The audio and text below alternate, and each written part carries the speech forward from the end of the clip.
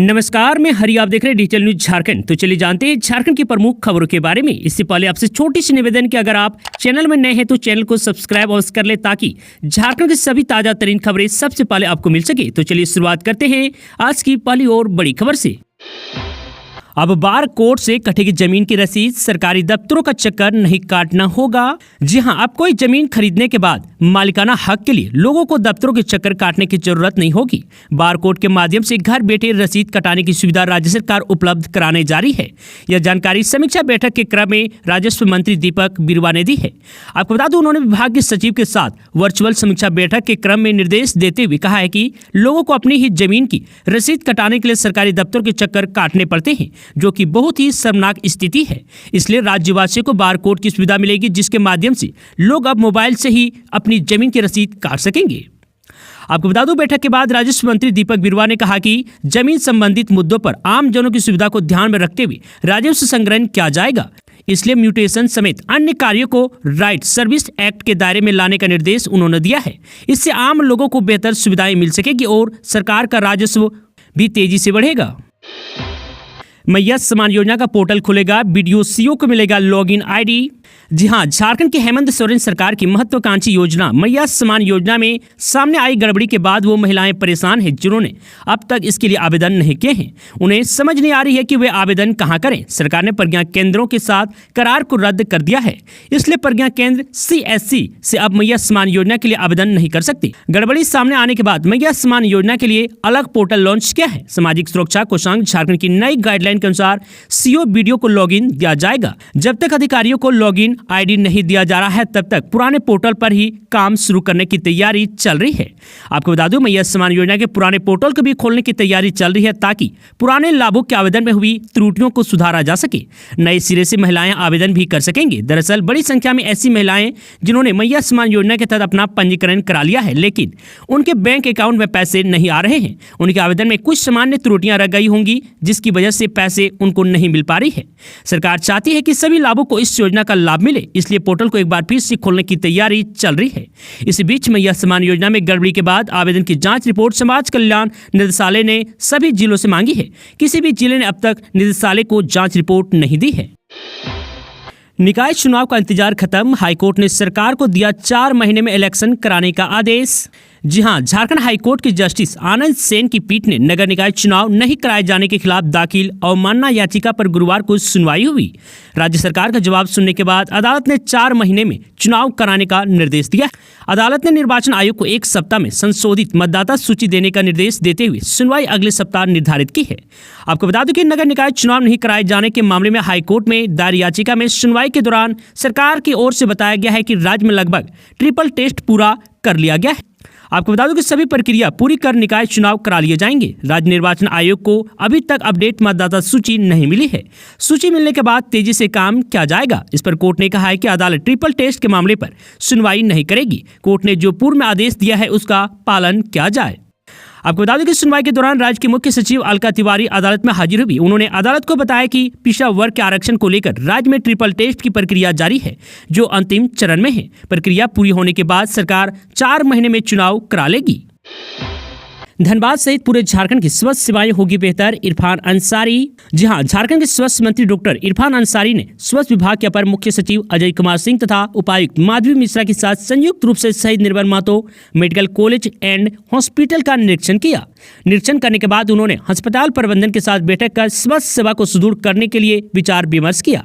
इस दौरान स्वास्थ्य मंत्री ने कहा कि मुख्यमंत्री के नेतृत्व में राज्य में स्वास्थ्य सेवा को बेहतरीन बनाना है। धनबाद जिला संथाल परगना का जोन है। आसपास के जिलों से मरीज को धनबाद रेफर किया जाता है, इसलिए यहाँ की स्वास्थ्य व्यवस्था को सुदृढ़ बनाना है। उन्होंने कहा है कि बैठक में सभी स्पेशलिटी चिकित्सकों के साथ अस्पताल को बेहतर बनाने को लेकर विचार विमर्श किया गया है। उन्होंने बताया कि वर्तमान में SNMMCH में MBBS की 100 सीट है, जिसे वर्ष 2026-27 में 150 और उसके बाद 200 तक करने का प्रस्ताव है। जबकि PG के लिए अभी 9 सीट है, जिसे 59 करने का प्रस्ताव है और 2 वर्ष के अंदर 100 तक करने का प्रस्ताव है। सही बिजली बिल नहीं तो बिलिंग एजेंसी पर होगी कार्रवाई, CMD ने दिया डायरेक्टर को ऑर्डर। जी हां, झारखंड ऊर्जा विकास निगम के सीएमडी सर राज्य सरकार के अपर मुख्य सचिव अविनाश कुमार ने निर्देश दिया है कि बिजली बिलिंग एजेंसी सही तरीके से उपभोक्ताओं को बिल नहीं दे पा रही है तो उसे तत्काल रद्द करें। उसके स्थान पर पैनल में शामिल अन्य बिलिंग एजेंसियों को मौका प्रदान किया जाए। उन्होंने कहा है कि आम बिजली उपभोक्ताओं में 80% को ही बिजली बिल मिल पा रहा है। इसे बढ़ाकर उन्होंने बिलिंग 95% तक करने का निर्देश दिया है।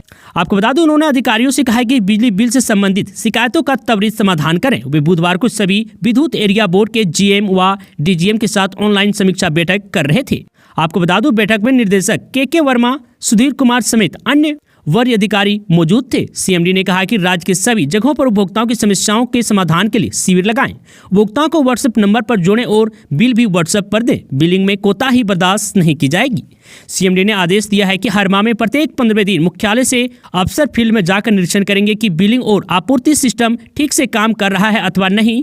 बिलिंग के साथ साथ बिजली आपूर्ति भी सुचारू रूप से सही हो, इसे हर हाल में सुनिश्चित करना है। 5000 लोगों को जल्द मिलेगी ये बड़ी राहत, हेमंत सरकार ने कर दिया ऐलान। जी हां, सोरेन सरकार ने कोल्हान में उद्योगों को बढ़ावा देने के लिए एक बार फिर महत्वपूर्ण कदम उठाया है। कई कंपनियों के साथ भी समझौते के तहत कोल्हान क्षेत्र में उद्योग स्थापित करने की सहमति दी गई है, जिसमें कंपनियां लगभग 8000 करोड़ रुपए का निवेश करने की योजना बना रही है। इस निवेश से जिले में सीधे और अप्रत्यक्ष रूप से 5000 से ज्यादा युवाओं को रोजगार मिलने की उम्मीद है। पूर्वी सिंहभूम में वोल्टास रेल प्राइवेट लिमिटेड ने 205 एकड़ भूमि की मांग की है, जहां वे रेल डिब्बों का असेंबलिंग करने की योजना बना रहे हैं। इसके साथ ही फैब्रिकेशन, कास्टिंग, कंपोनेंट, स्टील और एल्यूमिनियम के प्लांट लगाने की भी योजना बना रहे हैं। वोल्टास लगभग 3967 करोड़ रुपए का निवेश करेंगे, जिससे करीब 2000 लोगों को रोजगार मिलेगी। इसी प्रकार रामकृष्ण फोर्जिंग लिमिटेड ने सरायकेला खरसवा में फैब्रिकेशन प्लांट लगाने का प्रस्ताव दिया है, जिसके लिए यह कंपनी 139.58 करोड़ रुपए का निवेश करेगी, जिससे 200 और लोगों को रोजगार मिलेगा। अज्ञात वाहन ने वैन को मारी टक्कर, 3 की मौत। जहां झारखंड के गिरिडीह में एक दर्दनाक सड़क हादसे ने 3 परिवार की खुशियां छीन ली। बुधवार की देर रात गिरिडीह डुमरी मुख्य मार्ग पर अज्ञात वाहन ने एक ओमिनी वैन को टक्कर मार दी। इस घटना में वैन में सवार 3 युवकों की मौके पर ही मौत हो गई। हादसा मधुबन थाना क्षेत्र के कर्मा कुसुमा के पास हुई है।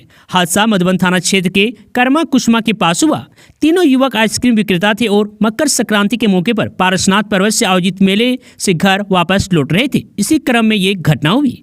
मृतकों की पहचान निमिया घाट थाना क्षेत्र के रंगामाटी निवासी देवचंद साव, थानु कुमार और घनश्याम साव के रूप में की गई है। तीनों युवक मारुति ओमिनी से वैन में आइसक्रीम बेचने गए थे और काम समाप्त कर अपने गांव लौट रहे थे।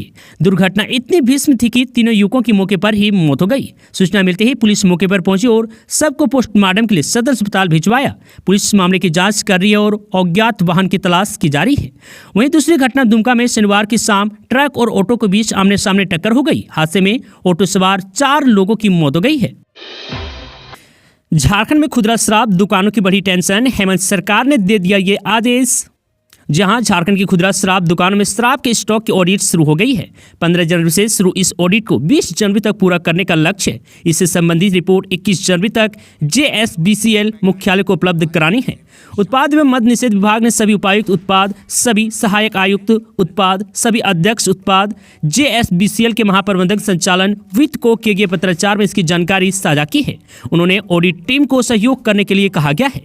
आपको बता दें, उक्त ऑडिट विभाग के मंत्री योगेंद्र प्रसाद के निर्देश पर की जा रही है। मंत्री ने यह निर्णय बिक्री की गई शराब व प्लेसमेंट एजेंसी के माध्यम से जमा की गई राशि में अंतर के बाद लिया है। वहीं मिली जानकारी के अनुसार झारखंड उत्पाद नियमावली 2022 के आलोक में झारखंड राज्य ब्यूरेज कॉर्पोरेशन लिमिटेड के खुदरा दुकानों में मौजूद एवं बिक्री की गई स्टॉक का प्रत्येक माह ऑडिट कराना है। यह ऑडिट लंबे समय से बंद था। विभाग से जारी पत्र के अनुसार विभागीय स्तर पर समीक्षा बैठकों में यह बात सामने आई है। JSBCL के खुदरा उत्पाद दुकानों से शराब बिक्री की राशि को प्लेसमेंट एजेंसियों के माध्यम से जमा नहीं किया गया है। जिलों में भेजे गए पत्र में बताया गया है कि शराब बिक्री व जमा की गई राशि में अंतर मिला है, जो राजस्व संग्रहण की दृष्टि से अत्यंत ही चिंतनीय है। यही वजह है कि स्टॉक का भौतिक सत्यापन कराया जा रहा है। विभाग ने सभी जिलों को ऑडिट टीम को सहयोग करने का निर्देश दिया है। शिक्षकों के लिए खुशखबरी, नई प्रमोशन नियमावली को लॉ डिपार्टमेंट से मिली हरी झंडी।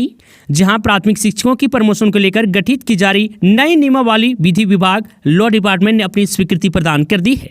स्कूली शिक्षा एवं स्वच्छता विभाग ने इस पर वित्त और कार्मिक विभाग की स्वीकृति के लिए प्रस्ताव आगे बढ़ा दिया है। दोनों विभागों की स्वीकृति के बाद प्रस्ताव कैबिनेट को भेजा जाएगा। आपको बता दूं, राज्य गठन के बाद राज्य में प्राथमिक शिक्षकों की प्रमोशन के लिए पहली बार नियमावली गठित की जा रही है। इससे पहले प्राथमिक शिक्षकों की प्रमोशन वर्ष 1993 में संयुक्त बिहार में गठित नियमावली के तहत की जा रही थी। आपको बता दूं, इस नियमावली के कुछ प्रावधानों में काफी विवाद रहा, जिसे लेकर मामला झारखंड उच्च न्यायालय से लेकर सर्वोच्च न्यायालय तक गया।